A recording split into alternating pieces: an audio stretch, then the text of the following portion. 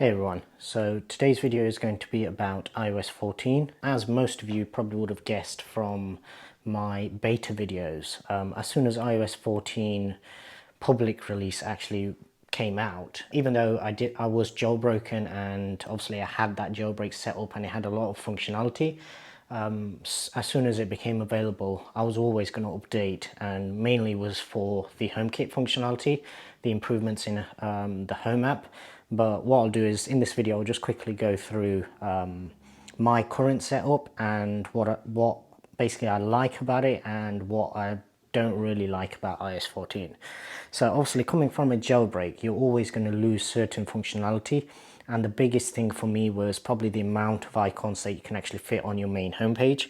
So one of the issues with widgets that they introduced with iOS 14 is the fact that they take up way too much space for what they are. So for example, this is the smallest widget that you can actually install in the top left, and it basically takes up the space of 4 icons. And if you have the medium kind of widget, then it'll take up a full row, so it'll come right down to where the cameras are, so it'll take up that full 2 rows of icons. And then if you have the biggest one, it's probably like half a page nearly.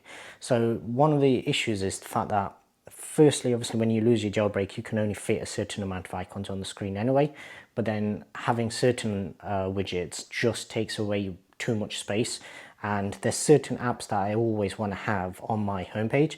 So what I'll do is I'll go from top left all the way down. So firstly, the widgets that I actually have installed, these ones I do actually like. So the battery one, firstly, it means that I do have AirPods and I do also have an Apple Watch on order as well. So once that arrives, obviously this will give me a lot of functionality in terms of a quick glance in terms of how everything stands in terms of battery life. So that I like. The next widget I've got on that is the weather. I do use the weather app quite a lot. Because of the shifts I work, it's important for me to know basically when I'm starting and when I'm finishing work, what the temperature and weather's essentially going to be like, so that I know how I need to basically dress. So if I need a coat, if I don't need a coat, all that kind of stuff. Next one on there is the clock. And even though this kind of tripped out on me yesterday, so I was on night shift last night and I was finishing at 6 in the morning. And right at the end of my shift, when I went to check this was actually showing something like 2:15 or something, and the time was basically 5 to 6. So I'm not sure what happened with that, but this morning when I've woken up, it's all back to normal again. So main reason for this is basically just to get the seconds to display.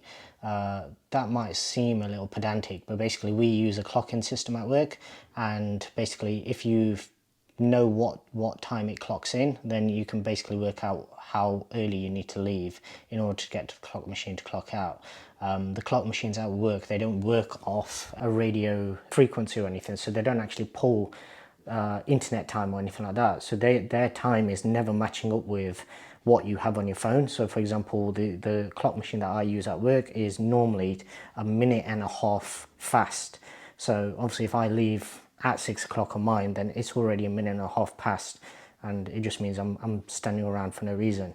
So clock widget, once again, I've got that further down because I'll glance at it maybe once or twice a day, not that often. After that, I have the calendar. I like this one because it does give you a quick glance in terms of deliveries. As you can see, I've got 2 packages from Amazon coming, so that just gives you a quick glance. I did also have on the second page, briefly, I had the extended calendar widget. The main reason, similar to this, so I'll take a look at that a little later on and I'll go through that, but basically I do like the calendar widget there as well. And then the final one is basically screen time.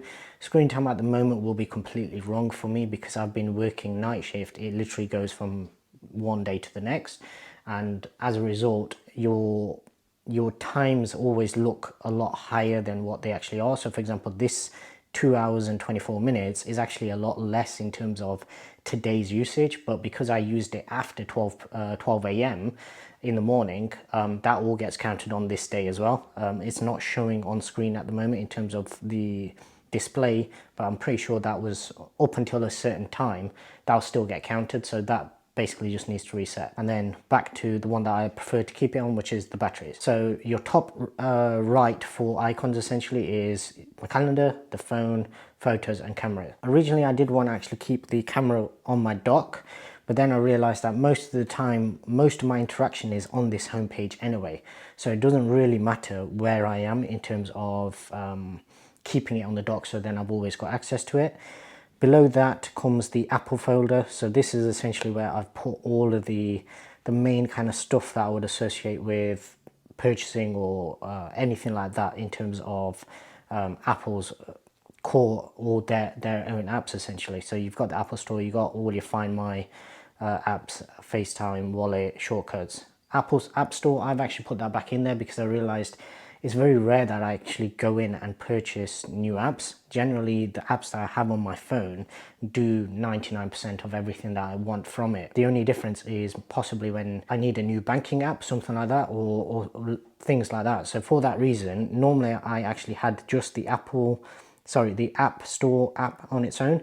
Whereas this way, by putting a folder there, it means that I can actually get access to a lot more all in one go. Next to that is the photography one. Once again, I used to, from my jailbreak videos, you'll have noticed, LumaFusion was one that I used quite a bit, and Fonto and Pixelmator is basically what I use to create my thumbnails for YouTube. So those three I use quite a lot. Below that, you've got Filmic Pro and Double Take. Not sure what that was. Once again, they I use quite a lot as well. iMovie, Night Mode, Big Lens and Snapseed, I don't really ever use those, and most of these second and third kind of page ones, they're only used every now and then. Most of these I'll actually be going through and deleting soon, because as you can see from the download icon, there's some that I've basically hardly ever used. So yeah, so that's the kind of photography, videography folder that I've got set up. Next to that is multimedia. Infuse, obviously my main app for viewing any content stored on my NAS, and then you've got some of the streaming apps. Showcase UK is basically the cinemas app that I use here in the UK. Derby, basically where I live, has 2 Showcase cinemas. So basically, hopefully I'll be going to watch Tenet next week. So that's always there. Plex I hardly ever use, and then I've got a few of these kind of showboxy type apps, literally just to see. I hardly ever actually use them. Most of the time it's literally just to thinking about watching a particular TV show, then just have a quick glance at it before basically I actually download it or stream it. Second page of this is watched. This at the moment is irrelevant for anybody out there that does actually use this kind of thing. Basically, it just tracks the TV shows that you're watching, and it gives you a brief description in terms of your calendar, so what's upcoming. At the moment, obviously, this has literally got no data because there's no new TV shows actually scheduled because of COVID and everything like that. Next to that is settings. I always keep this out of folders. I never like having the settings icon in a folder, and I always prefer it to be towards the top of the screen and towards the right hand side, so then naturally your thumb lands there. Facebook and Twitter. Twitter I use a lot more. Facebook generally I only use for certain notifications. Notes app I use a lot, so that once again I want it on the homepage, and YouTube obviously for this channel and also just general entertainment as well. Right, so coming below that, the finance folder. So this is essentially where on my main page I have my banking app, which is TSB. I have eBay and Amazon, and anything that isn't like the main kind of core apps that I go to. And to be honest, eBay is probably one that's gone down in the list of apps that I actually use, so that could probably end up in this folder as well at some point. Amazon and basically AliExpress and Vova are probably the main ones that I've actually used quite a lot recently, so they're probably the main ones that I would actually make use of. Other than that, so you've got PayPal, AliExpress, 3, Vova. TSB Business is basically for my business account. Halifax is for my mortgage, so that's for viewing that. British Gas is the gas, electric and gas supplier. And I do have Patreon, so obviously link in the description below for anybody who's interested in supporting the channel. DHgate is a new one that I downloaded. I've not actually ever purchased anything from them. Vova is one that I was using previously, and when it first came out, Vova was really bad. So most of the items would either never get delivered. When they did get delivered, they'd be awful quality. But they've actually improved quite a lot since then. And recently I've actually used Vova for quite a few purchases, and every single one of them has at least been delivered. AliExpress is probably still my go-to in terms of ordering anything small, kind of sensors, motion sensors, things like that for HomeKit from China, just because of how reliable it is, and generally 99% of your stuff will definitely get delivered, and if it doesn't, then basically you get your money back anyway. Coming on to the second page, so buy me a coffee, same thing again for anybody who wants to support the channel. If I have helped you out with any of my jailbreak videos or the LG C9 OLED videos, then you can always just send a little token gesture with buy me a coffee.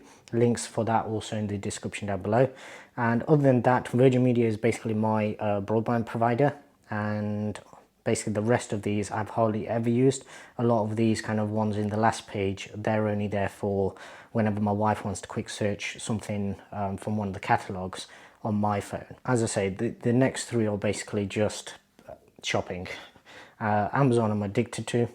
Google Photos I do use a lot, both for personal folders in terms of photos and videos from birthdays and things like that, but also I have a separate folder for work setup, and it basically just makes it a lot more efficient for what I'm doing in my day job. So that's something that I do use quite a lot. The smart home folder, is where basically I've put anything that is not HomeKit or directly UFI related.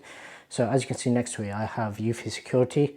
That's basically for all of my cameras, my doorbell and everything. And at the moment I still have this out of a folder just to be able to check recordings, and also for the doorbell as well.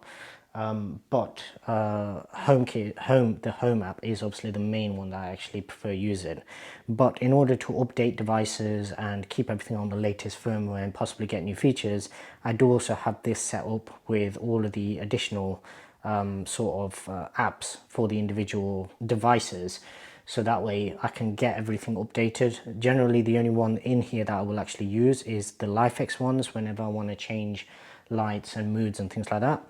And the Lumetric time one, I will have a follow-up on the Lumetric time clock coming up. I was waiting because there were certain things that weren't functioning properly, certain apps, so I wanted to give it a chance. Also the other one is the LG Wi-Fi speaker for my soundbar, so that one I do use quite a bit as well. Honeywell for my thermostat, I never have to actually use it through the app. I can do that fully through HomeKit and it works perfectly fine.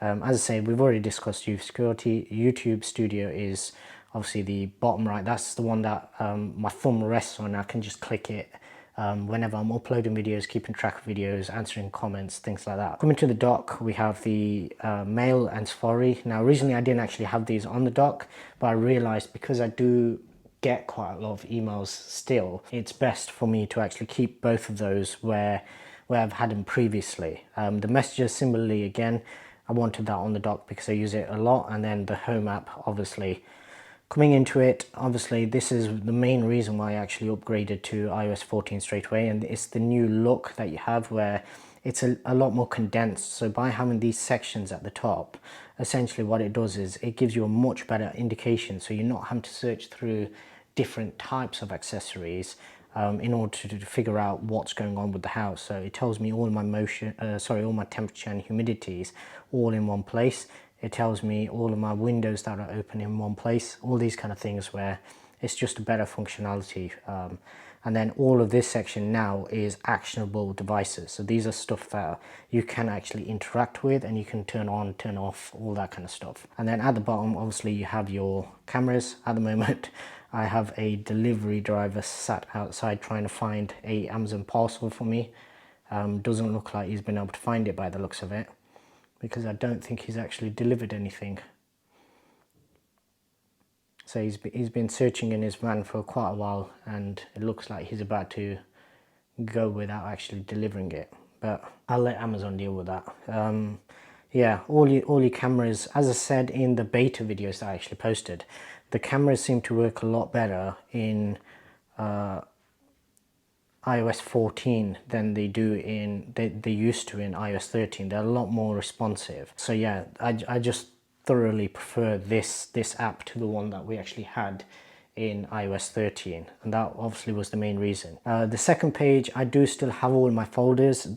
with this one, there are certain folders that it's just muscle memory where I just remember where everything is. So I still want these in folders, even though we do now have the app library and also sort of an app drawer as well, if you want to search alphabetically. These ones, what I did find throughout the beta testing was it never really sorted the icons in the way that I wanted them to, and especially whenever you choose to install new apps directly to the app library as opposed to the home screen, it would put them in random folders, and basically if you didn't instantly click on it in your recently added, then basically it'd just be lost and you'd never be able to find it. So essentially I've got 2 pages and then the app library. And with this page, I'm still sorting some of these folders and icons, and eventually they'll shorten a little, and as a result that will then give me enough space. So at the moment, these 3 icons here are preventing me from basically adding another widget, otherwise it ends up on another page. So for that reason, as you can see, he's finally found my package and he's delivered it, so off he goes. But yeah, so essentially I need 2 rows in order to add the extra widget that I wanted to.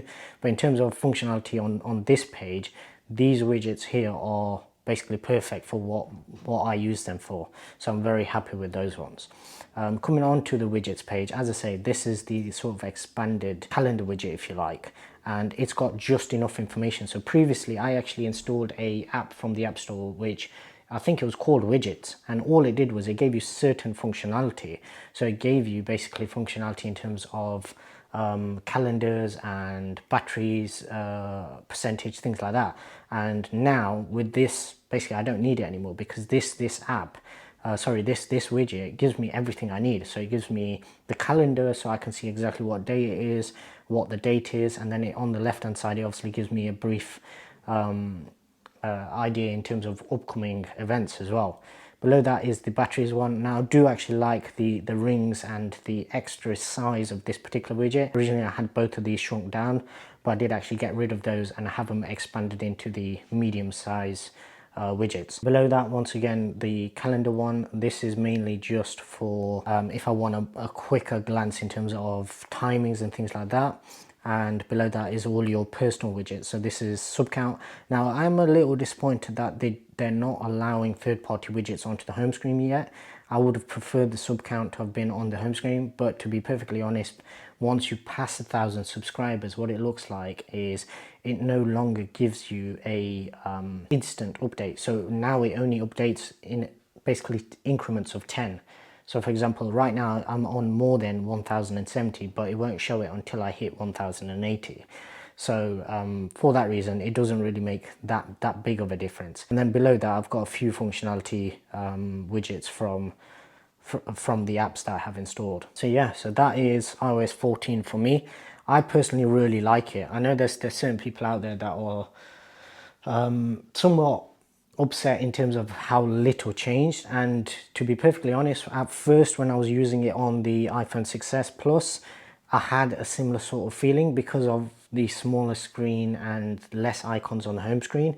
It literally meant you could have like two of these smallest widgets, and then basically, well, you could fit 3 of those top to bottom, I believe, and that was it. And then you literally had just a small amount of icons on that screen. And also the fact that I think this works better for me. Other people might want more information at a glance, but what I want is the battery thing saves me having to constantly swipe down here to check the battery percentage or swipe across.